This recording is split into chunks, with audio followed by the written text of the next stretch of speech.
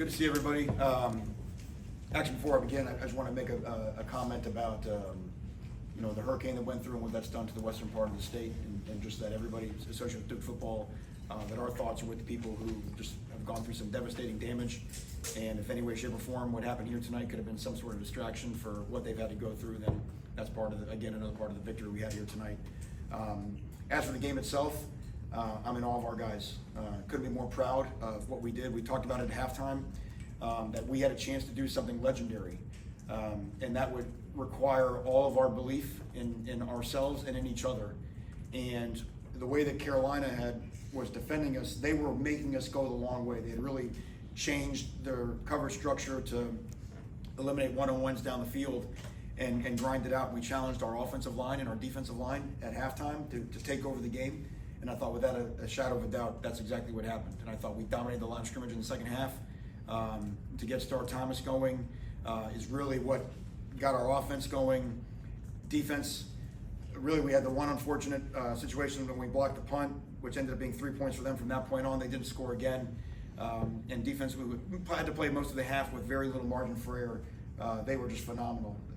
That back's a real guy. So that's an NFL guy, a threat to go at any time. And I do think we made him earn the majority of his yards. So that's a locker room right now that's really, really excited, really, really happy. But also knows that this night is not what the season's all about, that there's more we can do. In starting the season 5-0, they really believe that. We got a tough one next week, but we will enjoy the heck out of this one tonight, and we go again tomorrow. So with that, I'll open up with questions. Manny, you said in halftime you want to do something legendary. Then you come out the second half and you block the punt, but it doesn't work out and they score anyway. Right. Was there any deflation on the sideline when that happened? I mean, did that? That's what I really our guys were just remarkable. I mean, even at halftime, there was no throwing helmets, there was no loud voices. We refocused, but we had to get the mindset that the way to come back was going to be through body blows. We made a reference of just keep hitting singles. Because what happens is you try to get it all back at once, and that really is what they wanted us to do. They wanted us to get impatient on offense, try to get it all back on at one time, instead of just go to work on them, and that's what we did.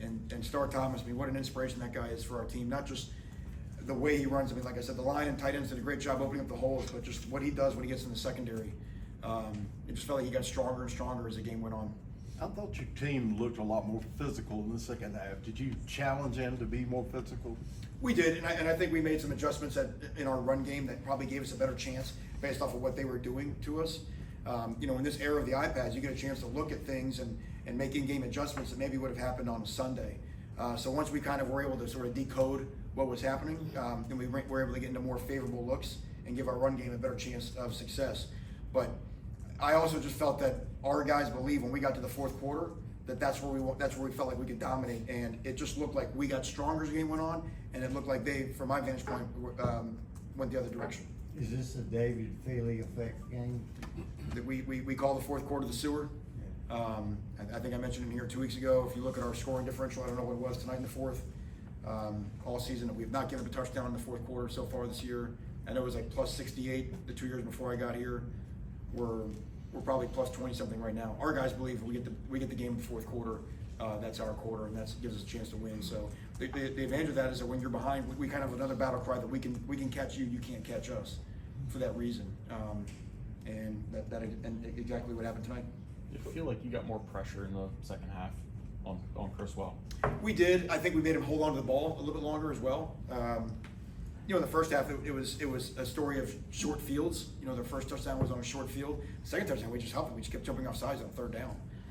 And that's when I felt like we were a little bit panicking when things weren't going our way, and that's where we just kind of had to settle down, and the battle cry on defense was just do your job. Everybody just kind of settle down and just do your job and start stacking stops, and like I said, I thought did a great job. It was a big time call by Coach Packey, the blitz we ran on the interception. We had not run that all game. It is something we felt had a chance to come free. I think Stinson was the one that ended up coming free. We had two guys on the back. Forced quarterback into a hurried throw because he's thinking I can't take a sack with no timeouts, puts the ball in harm's way. Trey Freeman picks it and then has the wherewithal to get down because victory was assured. So big time call at a big time moment. At the start of the fourth quarter, Coach, they show you on the sideline and you just throwing fist pumps trying to rep your team. How do you think that makes you feel that you're able to get your team to respond through adversity to kind of be a reflection of yourself. I'm just doing that because I'm excited. I mean, I really felt going to the fourth that momentum had turned, and I really know that our guys believe that we were the better team in the fourth quarter. So I was excited that I felt that in the third we had accomplished the goal. I don't remember what the score was going into the fourth, but I just felt like we had seized game control. You know what I mean? And if we continued in that path, that, you know, the way things go, that I felt the fourth quarter could be ours. 20-7. 20-7. There. Yeah. On that 4th and 1 call, was the plan all along the punt, or did you have second thoughts about? No, the plan all along was the punt, you know, to see if we could draw him off sides in that situation. You know, Cade Reynolds, what a weapon that guy is. Holy cow. And we felt like we could make him go the long field, even though they only needed 3 to win. But the fact they only needed 3, it just didn't feel like, you know, if we missed a block, something happened, all of a sudden you surrender possession in midfield, their kicker is probably good from 60, right? So that might have been 1 first down, and they're in a formation that we don't want to see, a field goal formation, to potentially win the game. So trusted our defense in that situation, and they made it happen. Your first time in this rivalry game, and you got a chance to get the win in the first game in, ring that victory bell in the locker room. How did that feel for you? Well, before I mention even in the locker room afterwards, I got to give a lot of credit to our crowd tonight. Our crowd was amazing. Student body was unbelievable, and obviously for the first 30 minutes plus of the game, we didn't give a lot to cheer for. There wasn't a lot of evidence that there was going to end up being a legendary night, and the way they stayed into it, and I do feel like once we got rolling, the crowd became a factor in the game. I don't think there's any question that helped us, helped our guys, and you know, and maybe factored into some of the pressure we were able to create too, as they were maybe having a hard time hearing their snap count. So great night for everybody associated with Duke football, and everyone in my mind has a piece in today's victory because of the role that they played. Coach, Malik struggled early to even get completions early on. What can you say about, you know, how he stayed mentally strong throughout, and what do you think changed for him? It was tough, yeah. You know, you never know in games like this where we a little tight, you know, or you just try squeezing the ball a little bit. You know, we missed a layup. That's what we felt like. We felt like we were missing our layups early on, just stuff that we hit kind of in our sleep. And that can be frustrating, you know, and that's where you don't want to double the problem, because again, if you get frustrated yourself and you start getting into negative self-talk and whatever, then it can spiral. And we just kind of preach all the time the play the next play mentality, and there's always a way that we can fix it. And so I am proud of Malik in the way that he had to make some big time throws as the game went on, and we had some guys make some big time catches. The one that Jordan made on the sideline was huge. Pankel over the middle field, some big time throws and catches that we needed to have to be successful. You had mentioned Star. Was there any other things or adjustments that you made on offense that got it rolling in the second half? Well, like I said, I think, you know, how we lined up formationally, you know what I mean, to get the looks that gave our runs a chance. Right. Because they were just going to keep 3 guys over 2 and really almost try to double our wideouts. They were and it was frustrating. Even in the first half, we just weren't running the ball well into light boxes. And that's a sign of respect, which we would expect. I mean, that shows you the story that, you know, I don't know what, you know, Joe Mo and those guys end up having, but that's an example of where people are concerned about leaving those guys one-on-one.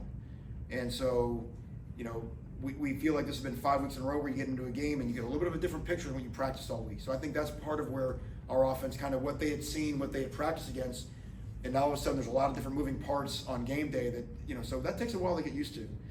So like I said, I credit the offensive staff for getting it turned around and making the necessary adjustments. We had talked about Coaches preach this is the next game, but it's a little bit more than that. Could you see that in the locker room after the win?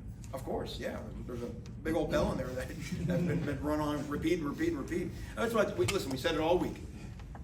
It's not like any other game. It's not just another game until the game begins, and then it's just another game, and then when it ends, it's not just like another game.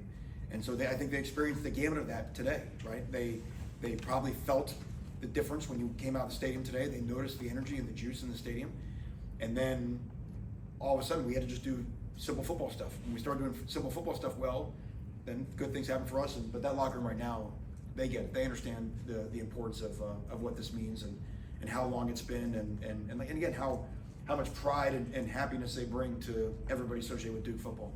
A couple of weeks ago when Star had his first start, it was right after he became a father. We talked about that. Now it's been 2 weeks of that life for him, a new parent, and now he keeps building great performance after another. How are you seeing him handle all that stuff?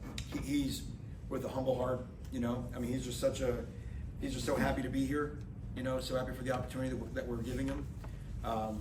I still feel broken up for Jacquez, tried to go today. He's close, you know, you know, we're kind of getting right up there, and then and it's just that we just want that last step, and sometimes those things just take a minute, and that's what excites me, is that wait till we get Jacquez back, you know, and now you've got some really, you know, big time weapons, and again, you got to keep noting Peyton Jones, right? I think Peyton averaged 7.2 per carry, if I can read that right. I mean, just guys that are stepping up and filling in. But when I see all that, in my mind, I think offensive line and tight ends, right? Something happened. Some guys were moving some dudes around. I thought a big play in the game was the 4th and 1. We went for it going in. Might have been 20-7 at that point. And, you know, field goal was of little value. You just got to go for it. And I just thought, I mean, Starr, I think we gained 3 or 4. I mean, just there's great movement up front by our guys. So that gives you great confidence as a play caller to know that we can just hand that ball off and have good things happen. All right, everybody. Thank you. Thank you, Coach. I'll be here in just a minute. Thank you all.